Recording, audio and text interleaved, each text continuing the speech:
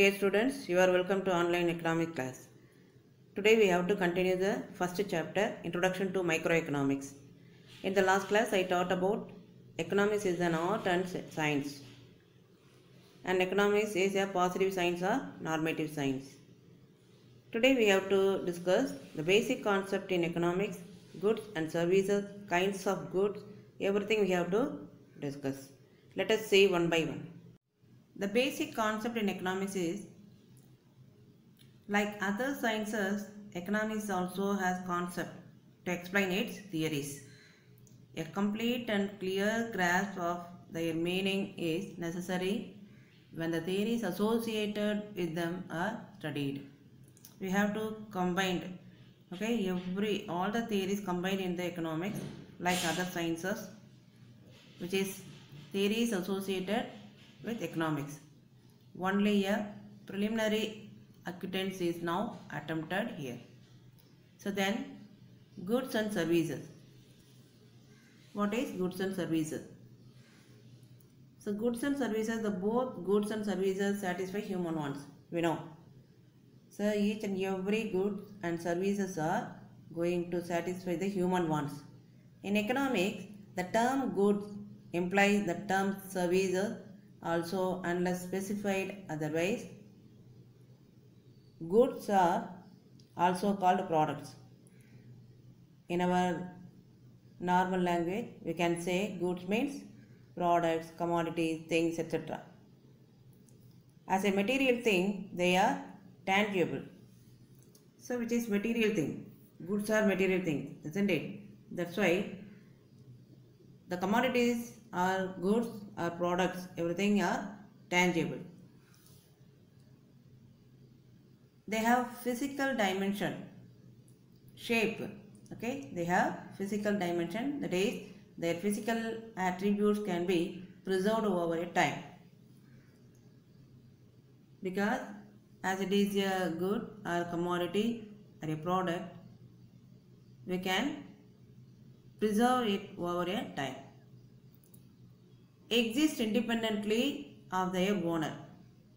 So the commodities are the things and are existing with their owner, are owned by some person, are transferable, have value in exchange. It has value in exchange. These are goods and services. And kinds of goods and services. So kinds of goods, when we see these kinds of goods, whether which is free economic goods or marketable economic goods. Free goods are available in nature and in abundance. You know that, like sunlight, air, everything you can say. Man does not need to incur any expenditure to own or use them. We cannot pay to use sunlight, isn't it? Like that, air and water, everything. But nowadays water is also an example in the marketable goods, isn't it? So that, see here the saying, for example, air and sunshine and all free goods. Water was also an example in the past. As I told you, in the past years and all, water also one of the free good. Nowadays, which is modified as a commodity. But at present it has exchange value. So we have to buy water, isn't it? Water can and all, like that. So it is not a free good at present. Milton Friedman, he is an economist, a Nobel literature. He popularly saying there is no such thing as a free lunch. It means, he means that it is impossible to get something for nothing. So, even those offered free always cost a person or the society as a whole. Its cost, however, is hidden. It is an externality. So, externality means excluded. externally it will be there. Someone can benefit from an externality or from a public good, but someone else has to pay the cost of producing these benefits. In economics, it refers to opportunity cost. So here they are saying someone can benefit from an externality or from a public good, but someone else has to pay the cost of producing these benefits. So that the free and economic goods are very important here. We can understand free goods are available in the nature, but economic goods are available in the market. So that they are saying in economics it refers to opportunity cost. Public versus private good. Public good. Public goods means a good available to everyone to consume, so that it provided by the government to the public. Okay, here you should mind the public means government, not the people. Okay, so a good available to everyone to consume regardless of who pays and who doesn't. Those who can pay or those who cannot pay, that and all nothing matter, but a good available to everyone commonly, to the consumer. For example, transport system, postal department, like that. The government, whatever government providing to the public, consume to all. Spillover benefits. Because this is government, that's why they cannot use properly anything. So public park, like that. So spillover benefits is there. Non-revival in consumption and non-excludable, like national defense, law enforcement, these are all coming under this consumption. Non-revival in consumption. We are protected by government, isn't it? By the police corps, and national wise the army. So that's why they are saying national defense, law enforcement, these are all provided by the public to the people. What are the private goods? A private goods means a good consumed by a single person or a household. A single person only can consume. No spillover benefits, because this is private. They can use their resources effectively and responsibly. That's why no spillover benefits here. Revival in consumption and excludable, for example, food and drink. Suppose a private shop owner selling their food and drink very perfectly, isn't it? Without any spillover. These are the difference between public as well as the private goods. On the other hand, economic goods are not available in plenty.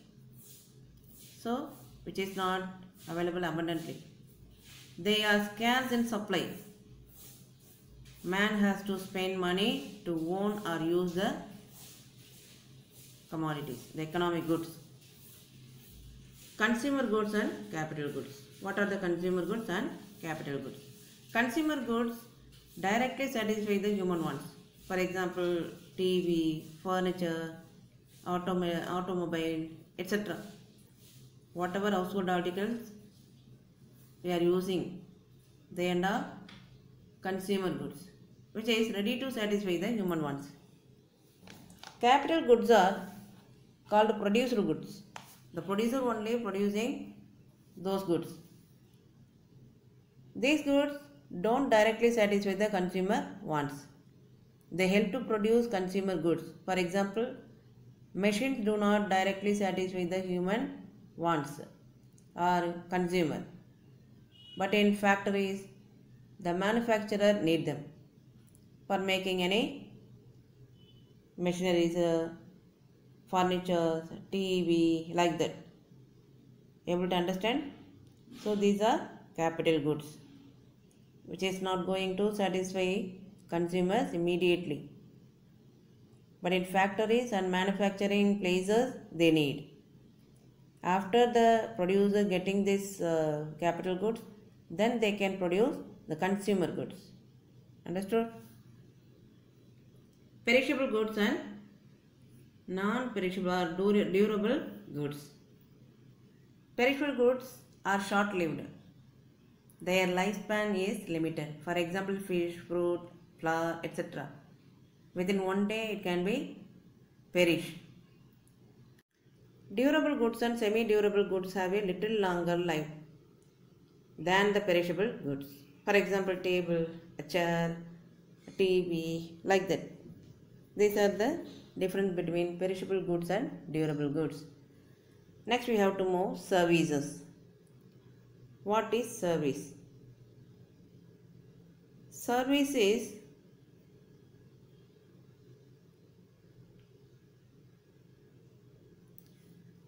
along with goods, services are produced and consumed. So, like goods, services are also produced and consumed. They are generally possesses the following things. Intangible. Services is intangible. Intangible things are not physical objects but exist in connection to other things. For example, brand image, goodwill, the better name of the product. So goodwill means the name and fame of the product. But today the intangible things are converted and stored into tangible items, such as recording a music piece into a pen drive. They are marketed as a good, isn't it? So that intangible things, services are intangible things, we can make it as a tangible. Like music, recording. A piece of music we can record in a phone and it will be stored in a pen drive or other devices. Heterogeneous. Services vary across region or cultural background, different from culture, regional and religious. So they can be grouped on the basis of quality standards. So it can be clubbed together, depends upon the basic quality of the standard. A single type service yield multiple experience. For example, music, consulting, physician, etc. So here music can see all the people at a moment itself.